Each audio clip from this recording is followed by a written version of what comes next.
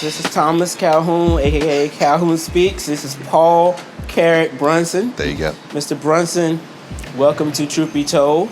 It's an honor to be here. Thank you very much. It's an honor to interview you. And I want to get into first. Yeah. So the way it's going to break down today is we're going to talk a little bit about, we're going to do an intro. I'm going to say some words, and you're going to do word association. You're going to tell me what you think about those words, maybe a story.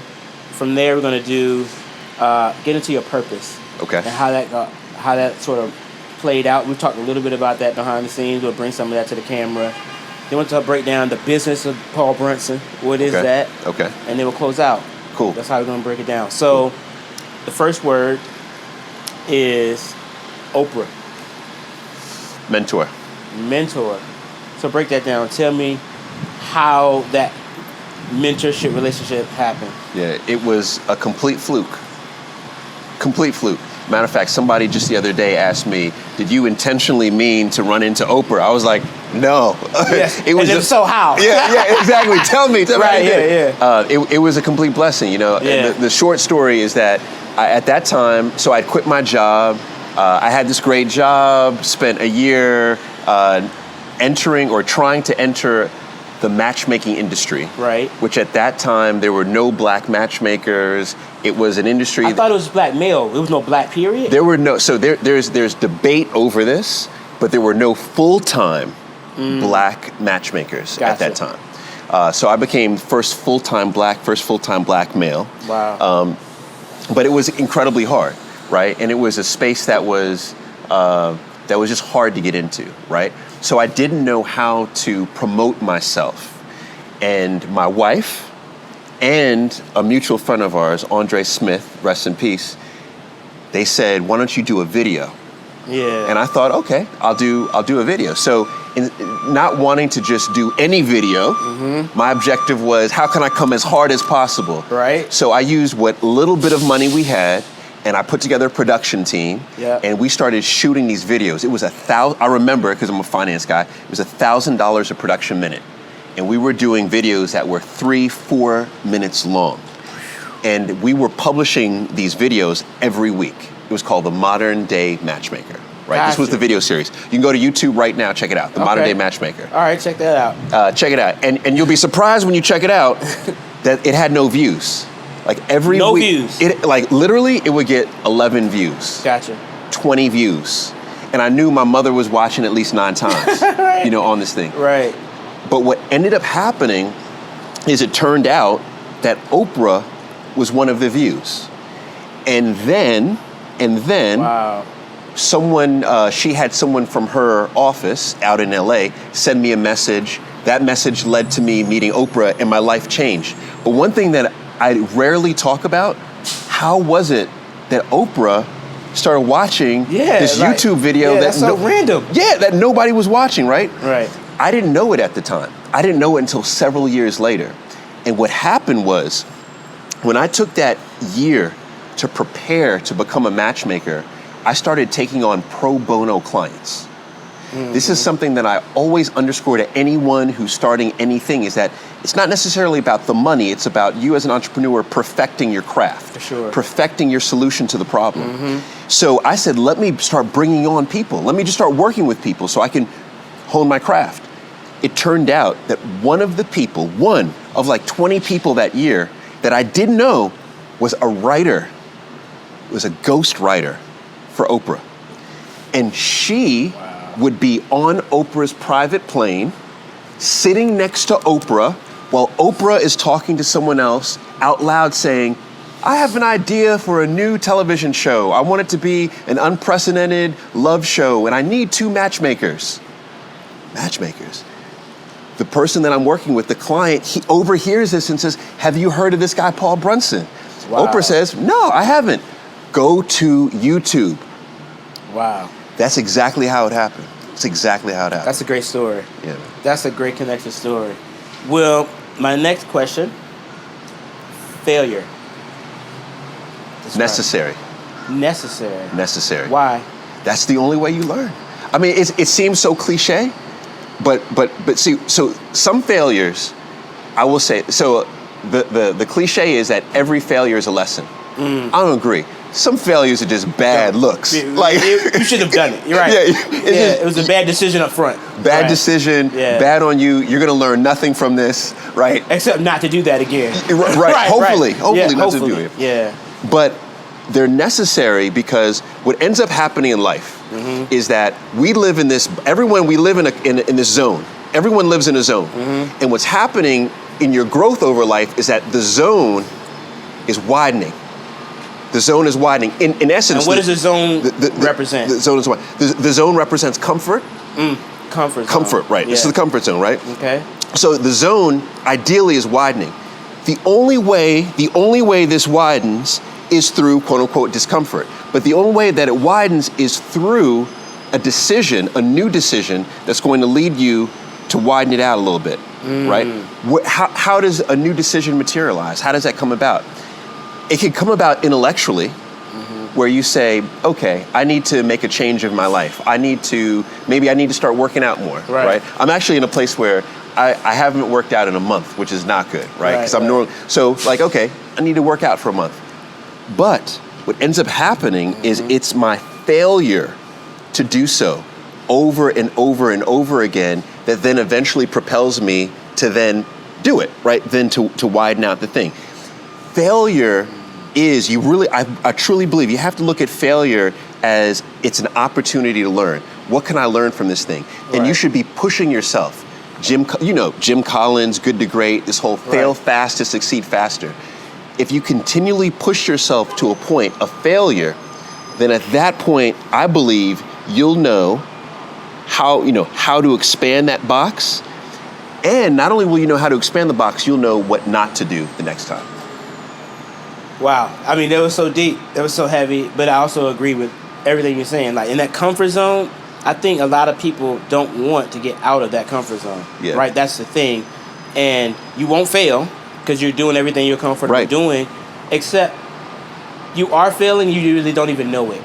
Right? Because there's something inside of you that you want in many cases. I agree. And you're failing to pursue it. You're failing that thing, right? Agreed. And it can cause a lot of stress internally. So I wholeheartedly agree. Last word, and this is it's a big word. Andre. Best friend. Yeah. Yeah. Hands down. Like. Yeah. That relationship, like I watched your relationship from afar, but then I experienced that relationship personally with him. And like every now and then I'm like, I can't even believe that it happened, and I miss him, and I wonder how you cope. Yeah, from that, because I know y'all were. Yeah, it's one of those where, like you said it, now I've got all these chills, and it's one of those where I reached a point where, I look at it like with Andre's death, it was like this shattered glass, right? And the glass, immediately what I try to do is you try to take the pieces and get them together, and you try to figure out how you can really put it back together the way it used to be. And I've realized that it will never be the way it was because he'll never be here again. So I have to look at all of this fractured glass and try to make something out of it and look at it as, well, now it's a beautiful mosaic. And I look at it and I think of all like the wonderful lessons, all the good times, all the things that we wished for, all the things that I know that he wished for. For me, what's probably most unsettling about his passing is that I knew he wanted so much more out of life, right? I know that he wanted so much more, that he wanted so much more. And I haven't come to terms with why God didn't deliver him so much more, but when I think about it, I realize that, his life, and this is where it gets deep, right, into energy and all that, but to me, his energy, which is his life is his energy, it didn't go away when his heart stopped beating. No. It just flowed into you. Flowed into me. It flowed into, think about the people listening to this story that didn't know Andre, but his energy now has flowed into them. That's the power, and I think that's what is comforting. I feel like his energy was what stopped us that day. That day we bumped into each other, and I felt like it. I feel like it was also what brought us to that place. That's my own take on how and why we got here, right? Because we literally I haven't seen you since the funeral. Yeah. And obviously we haven't spoken, right? You've been out of the country, so it's like that moment for me was seminal because I'm like, I'm going to capitalize on what I know Andre and I always talked about, man, because he always like, man, the three of us got to get together. Yeah. And I'm like, we are. I feel, now. That's powerful. Like, yeah, I didn't even connect that, but I agree with you. Yeah, and I also heard someone say that when you're dealing with grief and loss, it's like a hole. And what happens is people think that you want to fill the hole, but you never really fill that hole. Like you say, you never piece the glass back together. Mm-hmm. What happens is your life gets bigger around it and the hole becomes smaller, right? Mm-hmm. And so I'm hoping that his energy enables both of our lives. And because Dre was a giver. One of the reasons why I think the things that he really wanted more out of life, but not really seeing that what he was giving to other people was almost like his way of getting more out of life. Because I think his heart was just to connect and bring people together, man. Next segment, we're going to talk a little bit about your purpose. And I break purpose down to what I call like the 7 P's of purpose. Okay. Right? And the first P we're going to talk about is passion. Okay. Right? And the archaic definition for passion is suffering. Right? So like when you think of Passion of the Christ, yes. Well, Mel Gibson is a devout, staunch Catholic. And if Catholics, they have Jesus still on the cross, and they focus a lot on suffering. Jesus is suffering, which is why that movie, if you looked at the movie, it was all about suffering. Almost the whole movie was about just the suffering of, right? And the hard part about that's why. So when we think about passion now, we say, what are you passionate about? Really, in many cases, it comes from some suffering, something that we went through or something that we're watching other people experience that makes us say, I'm going to get up and do something. So my question to you is, along those lines, you're married, I don't know if you had your first child yet, but you were already married. Mm-hmm. What's the suffering, what's the thing that drives a married person with 2 good jobs into entrepreneurship as a matchmaker? What was the thing? Yeah, well, can I just say this on the side is that I think I've never heard passion be aligned with suffering, and it's fascinating because as you were saying that, I thought to myself, like I had an epiphany, because I think you're absolutely right.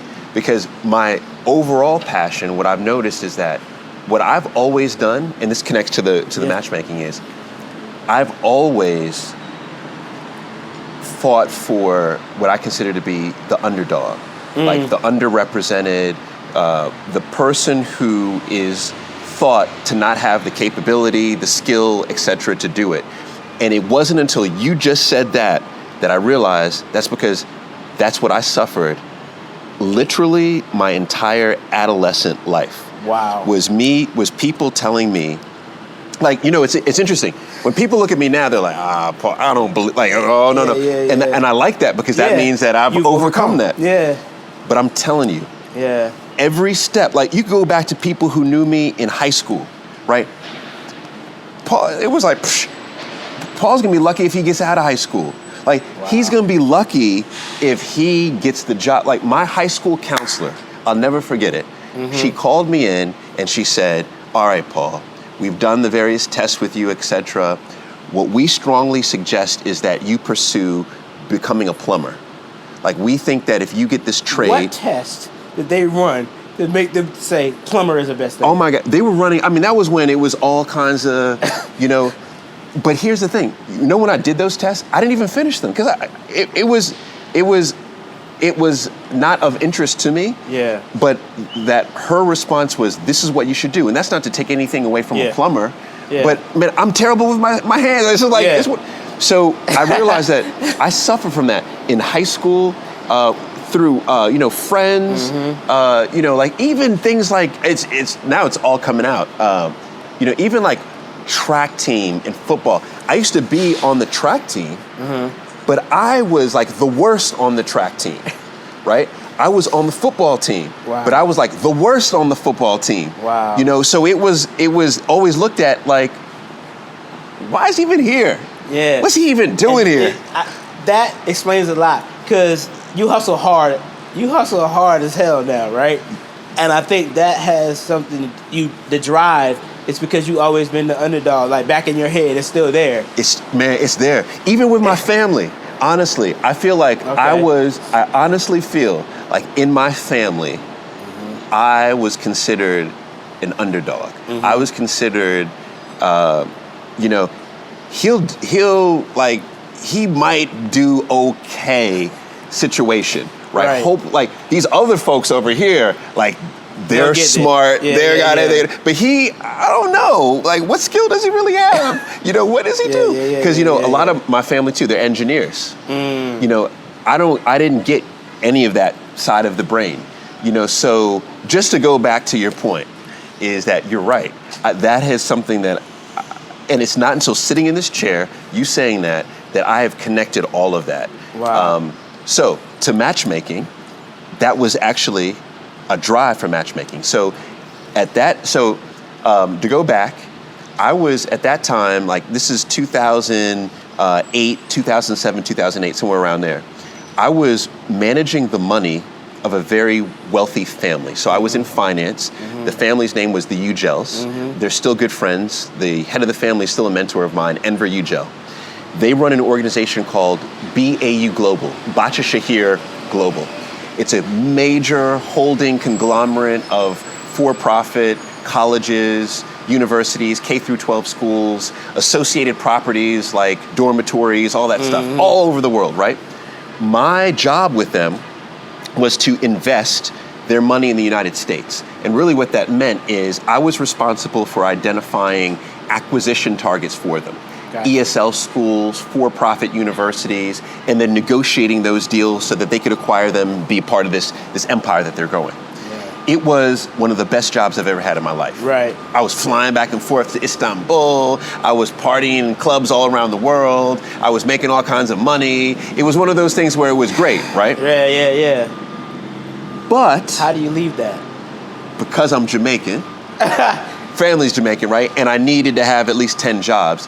I legit had another job. And my other job was a legit job. And that job was I ran a nonprofit organization. So I founded a nonprofit organization while I was still working for this other company. The nonprofit organization was a big group. We had 12 full-time people. The budget was over $1 million. I mean, it was a legit nonprofit. And what we did in this nonprofit is we looked out for the underdog.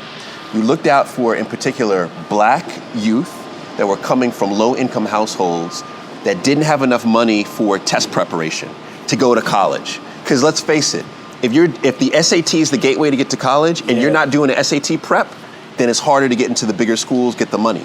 So we would give them SAT prep, we would do math prep, we'd do English, we'd do science, etc.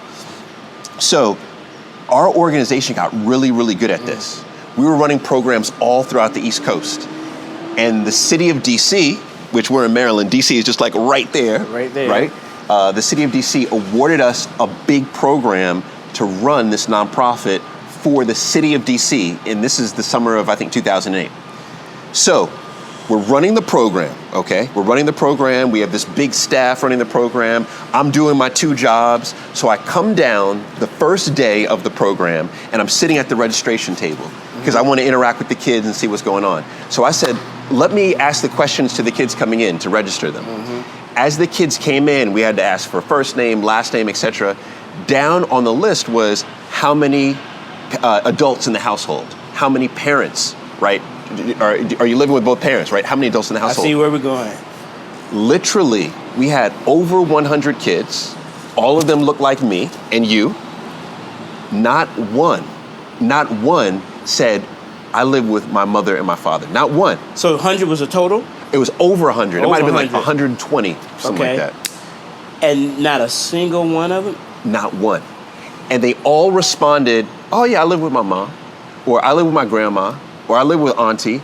So not only was it not both parents, but it was no males. No males, right? occasionally you get like my big brother, right, or something like that, or my Uncle Joe or whatever is in the house. But there were no fathers, right, in the household. So I couldn't, it got to the point where I was saying, let me ask the next one and see if and then by the end of the day, that was all I was talking about to the whole staff. And so... What's interesting, is that's a systemic issue, though, because given the background, the requirements to even be in the program, there couldn't be a father in the house. There couldn't be a man in the house anyway. They probably come from a background, maybe live in a place where their financial situation dictates that they're on this, maybe receiving subsidies, and therefore cannot have a man in the house. Yeah. I mean, that in itself, that is a whole nother... That's a completely different thing. Which shows you the government's role in this. Yes. But that by itself really hurt me. And I think that is connected with this whole suffering. Yeah. Which I didn't realize until now, so thank you. So my staff, they started saying, well, Paul, what are you going to do about it? Because they would say, so what are you going to do about it? Yeah. And you needed a new job. Never tell a Jamaican what are you going to do about it. Exactly. But create a job. Of course. I only have 9. I can get another one. Right. But it wasn't until one, and this is why I think that, nothing just happens. And I've been reading, I just read this book by Hal Gregerson on catalytic questions. He's an MIT professor on how if you want to live a greater life, you have to ask greater questions. Yeah. And the more outlandish, the crazier the questions, the better, right? Yeah. One person said one thing that I realized changed my life, and I wish I remembered who it was on the staff, but they joked, and they said, why don't you become Hitch and hook up all the moms? It was a joke. Yeah. And everybody in the staff laughed. All the students that were there, they laughed. Yeah. And I thought, wow, that's something right there. Yeah. Why not? Why not? That's crazy. That's so big. I like that, right? So I went home. I was excited. And a catalytic question, by the way, has certain characteristics. One is it creates new excitement. It opens up a new market, and it also destroys assumptions. Yeah. Those things make it a catalytic question, right? Gotcha. So to me, that was a catalytic question. I went home and I told my wife, I was like, Jay, we should try to do something around this. Let's do something, right? And then, the story goes on. Yeah. But that was the beginning. That was the beginning. That was the beginning. Wow, that's a hell of a story. The next P, second P, projection. How did you see yourself? And I really love the story about your parents and nobody really thinking that you were everybody was an engineer, and you're like, oh, what's Paul going to be? What's his real skill? How did you see yourself as, certainly not a matchmaker, right? Right. But you're an investment banker. What was it that you saw, I guess, in these catalytic questions that made you say matchmaking? What was your vision? Yeah, it was the vision evolved through certain posts along the way. And I will say this, I never had a grandiose vision of you're going to become the first matchmaker that. It was never that big, honestly. It was just want to help these 100 kids. That was it. It was a very finite, specific thing. So the first goalpost was, well, why don't we start inviting single friends over to our house? We started doing these things called the brown sugar party, where we would invite singles over to our house. Right. And we would do, I had this game called Black Jeopardy. Yeah. All these things. Help people interact. Right? Mm-hmm. And by the end of the summer of running these brown sugar parties, a couple was engaged. Just like that. Crazy. Wow. So, okay. Then becomes the next goalpost, which was, there's something here that worked. What is it? Yeah. So I put the business cap on and said, I bet I could license this idea. This is an idea that I need to give to a professional in this space and let them do it. Because I'm an investment banker. I got all this other stuff going on, right? Yeah. And so then the next goalpost was, I've researched and found out there's this thing called a matchmaker. I started. So you didn't know that there was a thing. No. This concept of Hitch was really a caricature. It's not a real thing. It was just a movie. Yeah, it's just it was just Will Smith to me. And from there, I found out that there were these matchmakers, there were date coaches, one online, and then I thought, okay, this idea, whatever we did is a legitimate business model. Creating questions, you could charge for a part. I mean, I thought it was. Yeah. So my idea was I'm going to contact one of these matchmakers, I'm going to give them this idea, they're going to do the idea, and I'll take a percentage of their sales. Like, I'm going to do a licensing deal with them. I started contacting them, emailing, calling, back in the day when we were calling people still. And I promise you, not one, and it might have been like a dozen that I contacted, not one responded to me. Not one. Like, not one called me back, not one emailed me back, not one. No. Just crickets. Crickets. Straight crickets. Now, I think a lot of folks would say, okay, let me go on and do something else. But then that excited me. Because that was the underdog in me. Oh, okay, so you're saying what? Okay, you're not even going to respond? You're not going to respond to me? Yeah. So on one of, I'll never forget her name. I mean, not going to say it, but on her website, I had emailed her and called her because I thought she was the perfect person. Yeah. And on her website, I saw that she was going to be speaking at a matchmaker conference. I said to myself, you need to be there. I'm gonna buy a ticket, I'm gonna go to that conference, and I'm gonna pitch her directly since she's not answering my call. So I bought a ticket and I go down to this conference. Now, something I don't know if I've ever said before, but exclusives, yes. Andre came to the conference with me. Wow. He didn't come right on time because Andre wasn't always early. No, it was on time for Andre. He came on Andre's time. He came on Andre's time. He had come at lunchtime, which was perfect. So when I got there, I also run on my own time, so I was late. Yeah. So I got to this conference, and I was seated in the back of the conference. And it was about 200 of the world's top matchmakers, right? Yeah. And they're all seated there, they're doing their thing. And I'm waiting for this woman that I know I want to pitch to get on stage so I can like identify her and then go grab her when she comes off stage. And I'll never forget looking around the room and I thought, there's no one here that's black. And this is interesting. This is where I think like we as black people, we do have superpowers. Like I truly believe like this. Charlamagne, there is a such thing as black privilege. Man. Yeah, I real. agree with that. Yeah. For real. We see things differently. Yeah. Because I guarantee if I were to go back to that room and ask the 200 people that were in the room, what stands out to you? Like almost nobody would say, there's nobody black in here, right? Maybe not. Yeah. But as soon as I walk in, I said, damn, there's nobody black in this room. One. Secondly, there was no one who was my age in the room. Everyone was older. Yeah. Third is I said there are very few males in this room. I think there was like 3, in the room. Yeah. And what that told me was I thought it's unlikely that any of the top matchmakers have my perspective, have gone through my life experiences, and therefore it's going to be even more difficult for them to create a product or a solution for me. Yeah. So immediately my mind shifted to, why am I here to pitch? I should be here to do this myself.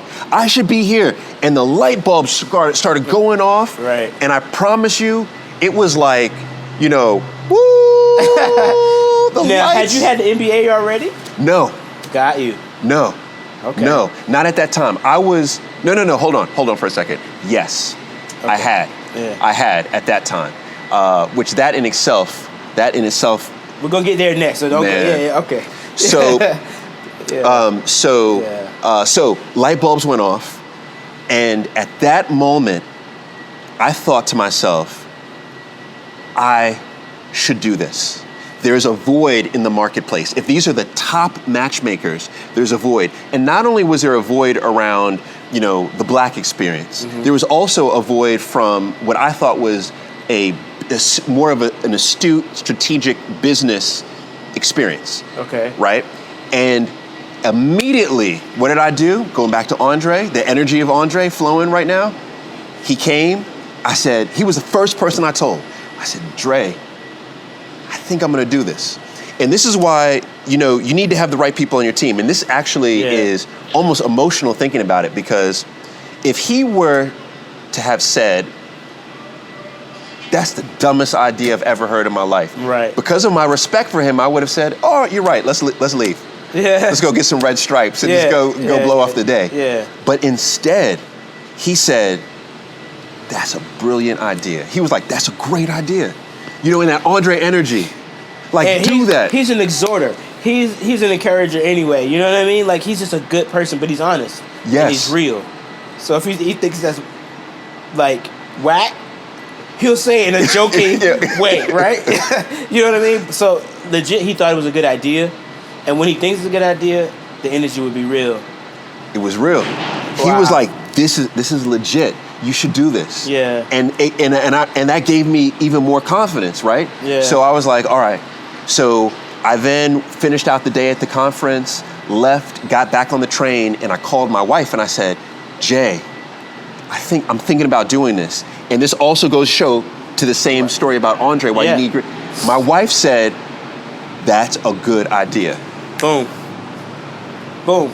There you go. That's all I needed. That's all you needed. Pension. Okay. Right? And one of the things I notice about, as a pattern, just anecdotally about entrepreneurs, is we really can't figure out what we're good at or what skills we have, right? Like, when you really, but the things we're good at are like a lot of intrinsic things that you just mentioned. Just stubbornness. Yeah. Right? Yeah. Vision. Yeah. Appetite for risk. Yes. Right? Like, so when I look at your life and just the story you've told me so far as you're painting it, like, you're an investment banker, which means you have vision and appetite for risk, right? Like, to some degree, right? You have to have that because they're trying to grow their portfolio, right? Yep. And their bottom line. They're looking for alpha. They're seeking alpha, right? Okay. Right? Okay. Right? And so, help me understand, like, what you thought of as your gifts and what did you bring to the table as your natural proclivity to do something that you didn't have? Honestly, I thought my only skill, and to this day, I think I'm very good at just two things.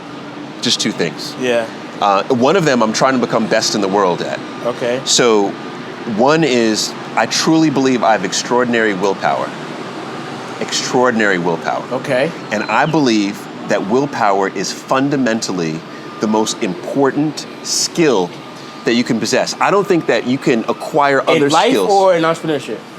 Man, life. Life. Wow. Okay. I think willpower is the prerequisite to all other skills and habits, right? It's basically a proxy for discipline. Yes. Right? Yes. And I don't think you can really accomplish anything in life without discipline. Anything great, major, right? Yes. Without some level of discipline. Yes. And your level of discipline is directly proportional to how well you do, right? At that thing. So okay. Yeah. So willpower is your one thing. So willpower is one thing, and then communication. Mm-hmm. Yeah. The art of communication. Is a soft skill. That a lot of people downplay, but I believe that it is one of the most important skills you can possess as an entrepreneur, because as an entrepreneur, really what you're doing is, and I always say this, is like, you're not just a CEO, you're a CTO, and that's not technology, you're a chief talking officer. You have to be able to talk that vision. So you envision something as an entrepreneur that doesn't exist. Mm-hmm. Well, before it exists, you have to convince co-founders and staff and investors and potential customers that thing can exist.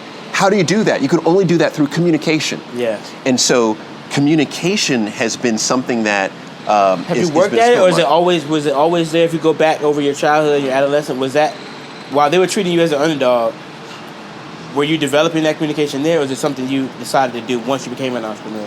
When I go back and reflect, I realize that I have been developing it. And the reason why is because I am a stone cold introvert. I'm a hardcore I. Like, I'm a serious I. I'm not an ambivert, right? Between an introvert and extrovert. I'm not an extrovert. I am an introvert. But thank God, my mother and my father, when I was young, so not only am I'm an introvert, but I'm also shy. So that's a double whammy. Yeah. But early on, what they did early on is there were two things. One is I liked to dance when I was little. Okay.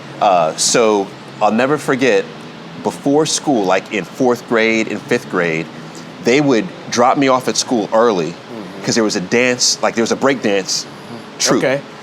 And I would break dance in this troupe, but in front of the school. Okay. Right. So like what would happen is the troupe would like be practicing, and then everybody in the school would come in and like meet in the cafeteria before they break off to their classes. And the troupe would like entertain everybody in the. We should have been paid for this. I don't know why, but so they did that, and I wouldn't want to go, right? They forced me.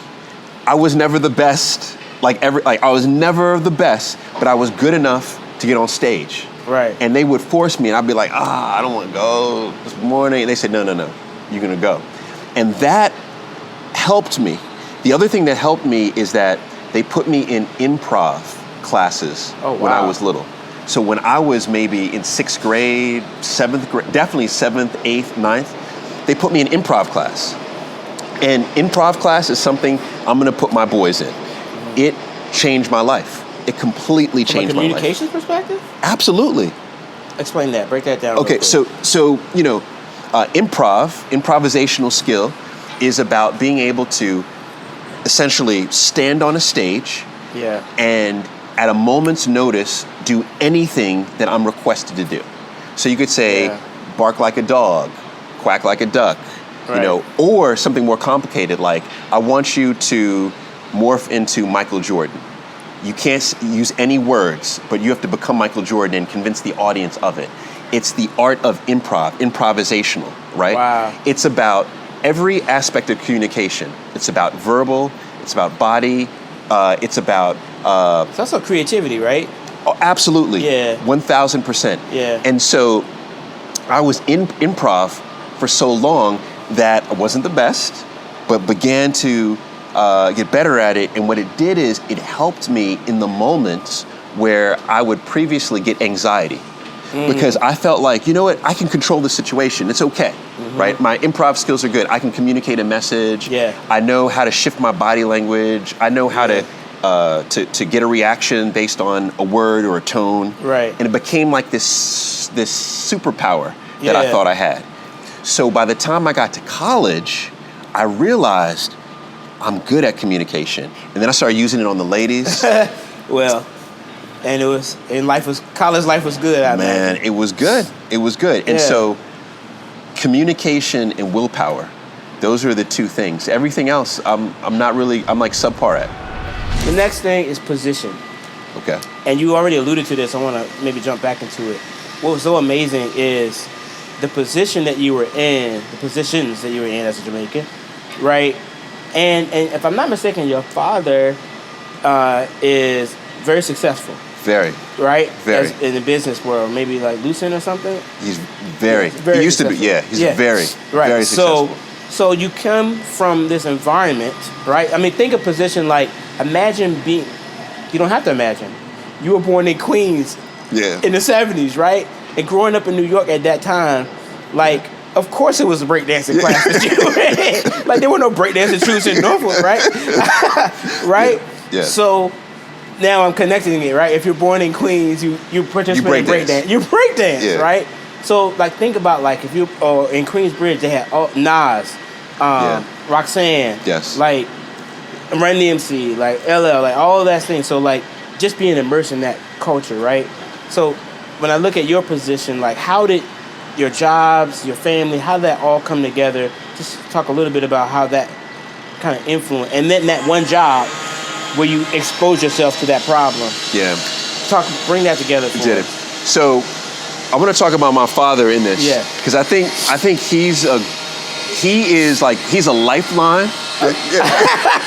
A lifeline. Yeah. He's a lifeline because in order to, when I think about discipline and I think about, why continue to fight, is, to me, I only fight because I believe I'm going to win, right? Right. So I think some people fight just to fight. Yeah. Right? But me, what I do is, I don't like to engage in anything that unless I feel like to win. I want to win. Yeah. No matter what it is, I want the W, right? Yeah. So what I was able to see with my father is somebody who was also an underdog, complete underdog, first in his family to go to college. Like one of those where it was like, what? The black engineer, what? And I watched him slowly just win after win after win after win.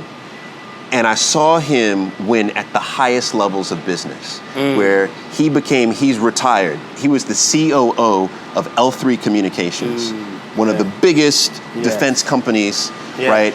I saw him win at the highest levels. And I saw everyone be against him, including his own community, right? I watched folks just kind of just basically say, you're not going to win. Why are you even doing this? And watch him win. So to see that, to intellectually see that, I thought, at minimum, I've got his DNA, right? Right. I also can win, which is, I think, the importance of teaching. It talks about it suggests the importance of us knowing our history. Yeah. Right. And knowing, so just not to go off on a crazy tangent, but my two sons, Liam, who's 5, Kingston, who's 8, they believe that they're royalty. They legit believe that they're royalty. Okay. And is why? That because you taught them that? Absolutely. Oh, wow. It's because I've taught them that. They have a lot of Rastas in their life. And in Rasta, and by the way, I'm close. If I could legit grow my hair, I think I would become a Rasta. Really? Yeah, because so Rastas, they call the boys princes and the men kings. Wow. The girls are princesses, and when they become women, they're empresses. Oh, wow. Right. So they believe through those teachings, through understanding their history and where they're from, they believe that they're royalty. Now, some people say, Paul, that's crazy. They're going to have incredible ego.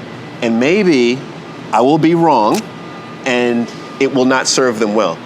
But I believe it's going to serve them well, especially as black men being between the United States and the UK, where everything says you're less than, right? So they have now... Maybe they wear their black privilege like white men wear their white privilege. Man, if they could just do that, they won. Legit, this is legit. My son, Liam, believes that the darker your skin, the more powerful you are. Oh, he's like Black Panther. Oh, yeah. No, he sits there because his brother has lighter skin. He'll say, oh, yeah, I'm stronger and smarter than you. Look at this. Like, it's to the point where, I don't know. We got to handle Liam. Yeah. But I guess my point, though, is that they legit believe that. Yeah. Growing up, even though I wasn't winning, I wasn't the best, right? Yeah. I still legit believed because of seeing my father in particular. That's also projection, right? He was setting a vision for you without even saying it. Yeah. You're right. You know what I mean? You're right. Yeah. So there it is. Yeah. That's it. Yeah. That's that. So I say he's a lifeline because of that. And then when you get into these positions, you believe you can win in every position you do, in every activity you get engaged in. So that's real. Yeah. That's real. Promotion. Now, a couple things. One, you're like the best promoter on social media of all time, right? But that goes back to the communication thing, right?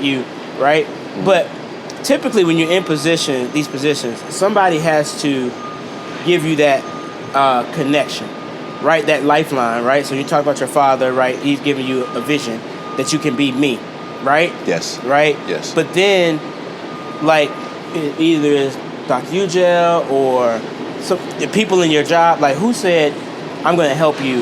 Who said, or go ahead and quit? Somebody pushed you out and promoted you as this next step in your life that really took you to the next level. Was it someone in particular, or what was the thing? Man, I think it's been peers, Peers. It's been Andre, my wife. Great answer. My brother, my mother, my father. It has been it's been that circle. You know, I never felt like someone reached down and said, I'm going to help you. I'm going to pull you up. It's always been, I'm going to give you this opportunity. Jump up here. Can you jump up here? If you could jump up here, then I'm going to lift you up. But I'm not lifting you up unless you could jump up here. And then the people around you just kind of, they said you could do it. Issa Rae said something recently. She said, it's not so much about networking, trying to network up sometimes, as it is about networking horizontally. Yeah. And with your peer, and your peer group, and your colleagues, and your friends. So it sounds like your wife, Jill, said, hey, I think it's a great idea. Andre, your best friend, says it's a great idea. And that's really what you needed to push you along to the next step. That's it. I could pinpoint it to where it all started, and I thank him so much for this. But Slim Jackson, right? I'll go by that name because that's how he was going by the name. Okay. Is that basically there was a blog called Single Black Male. Okay. It was a blog. It was maybe 10 years ago. I'm sure Single Black Male is still popping, but 10 years ago, Single Black Male, they featured me. They did this feature. Oh, you're going to come in the matchmaking space, right? Whatever. So they featured me, and that feature led to Slim Jackson. He was one of the editors to his blog called 3 Ways to Take It. He allowed me to write a blog, my first blog post about love and relationships on 3 ways to take it. I loved it, and I thought, wow, look at the interest that I'm getting from this blog. And from there, I was able to then get so he just allowed me to do that once. From there, I was able to get a weekly blog on Clutch. It was called Clutch Mag, right? Then from Clutch, I was able to I was the first male to have a ongoing column on Essence. Oh, wow. Essence used to, back in the day, so this is like 2011, 2012, the Essence website had 5 photos at the top.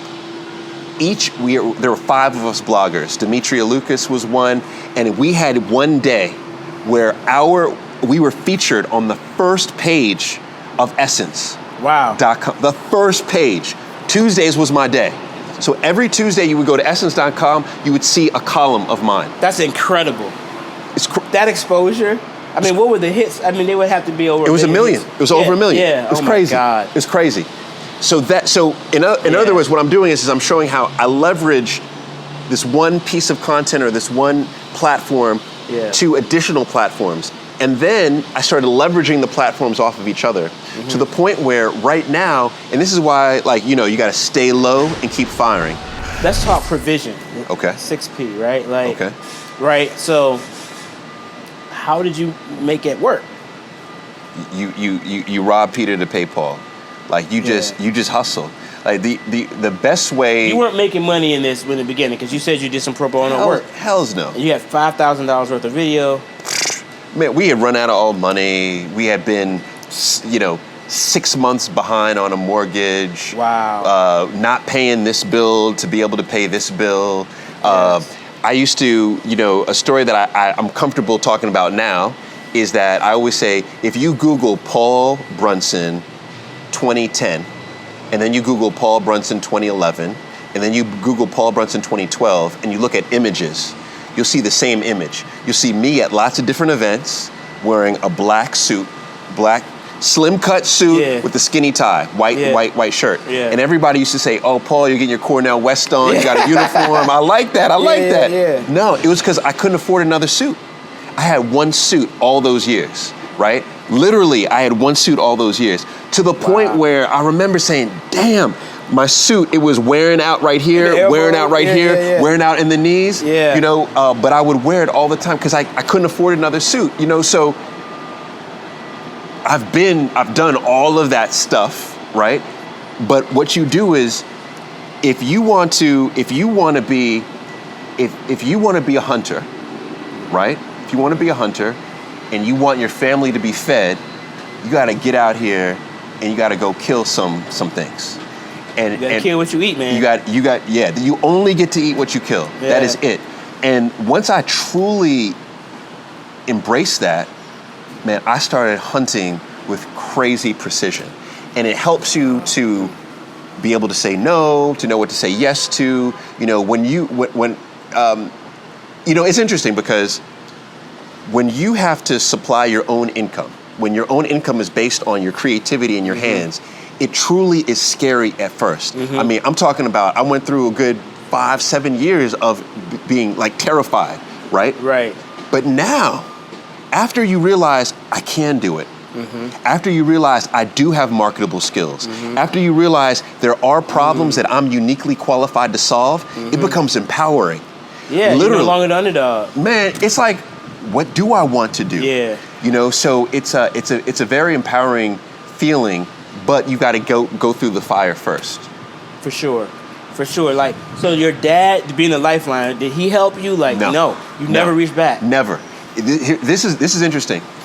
Never did he give me a connect. Wow. Never did he say, all right, man, I'm gonna get you this funding to do this kind of thing. Never. Being behind 6 months on mortgage, things like that, he didn't even know. Wow. Right at the time. Like, you know, I think that, so there was a study that I saw. It was actually, I think it was in the Washington Post. Okay. It talked about how if you grow up, I think it was only done around boys maybe, but if you grow up in a family of privilege, right, then essentially your net worth is going to be lower than your parents' net worth, right? In essence, like, it goes down. Well, you know what that is? That's called the there's a name for that. It's regression towards the mean. Okay. So taller fathers tend to have shorter sons. Okay. Right? Okay.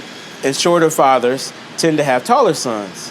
Okay. And that's how we regress towards an average height of men. So-and-so. Okay. So it's the exact same thing, right? Okay. So if your dad's a billionaire, the likelihood of you being worth $2 billion is a lot lower than being worth $500 million, right? I follow you. You're right. I follow you. But if your probably was dirt poor, if you can get any energy, if you can get any success, modicum of success, then you end up not a billionaire, but somewhere here. Yeah, I follow you. So it's just regression towards the mean. That makes sense. And so, and with that, right? Yeah.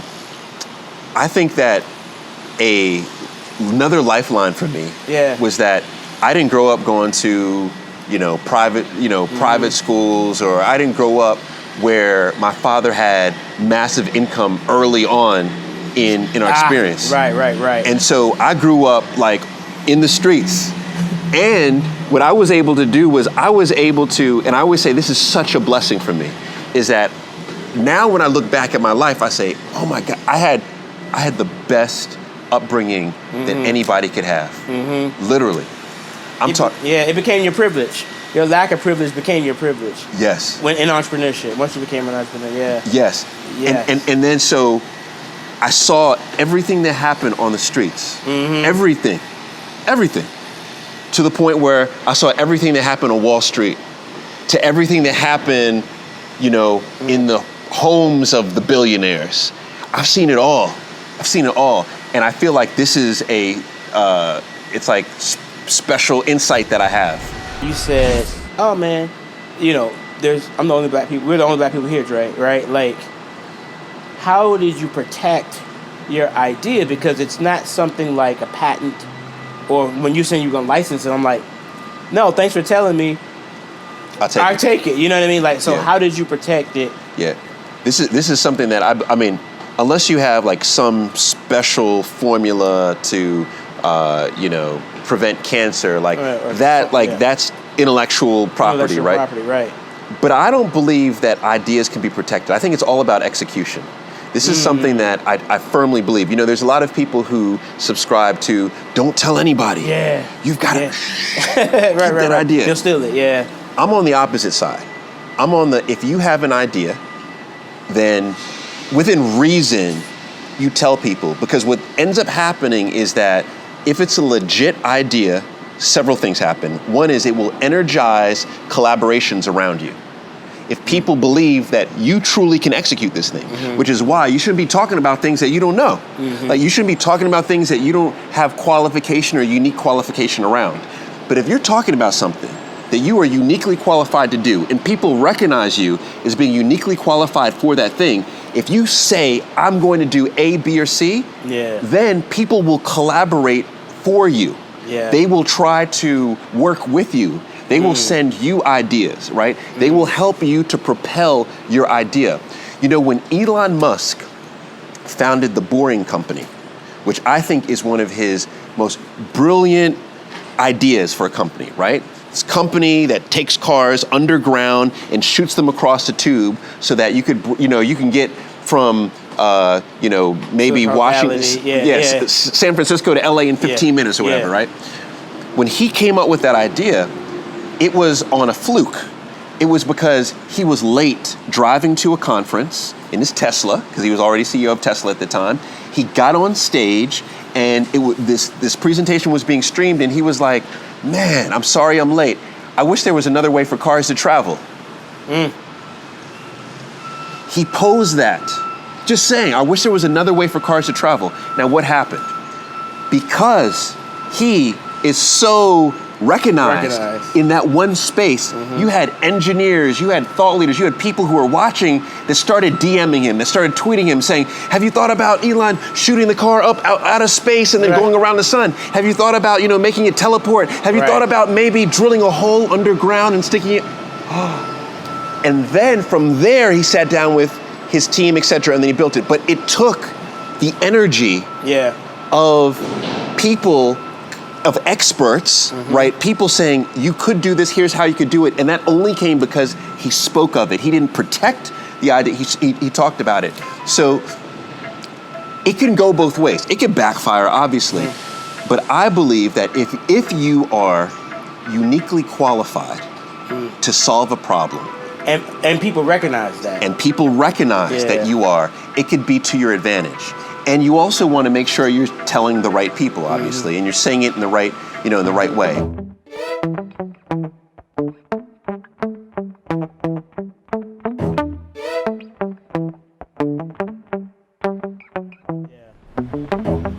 That's it, man. That's a wrap.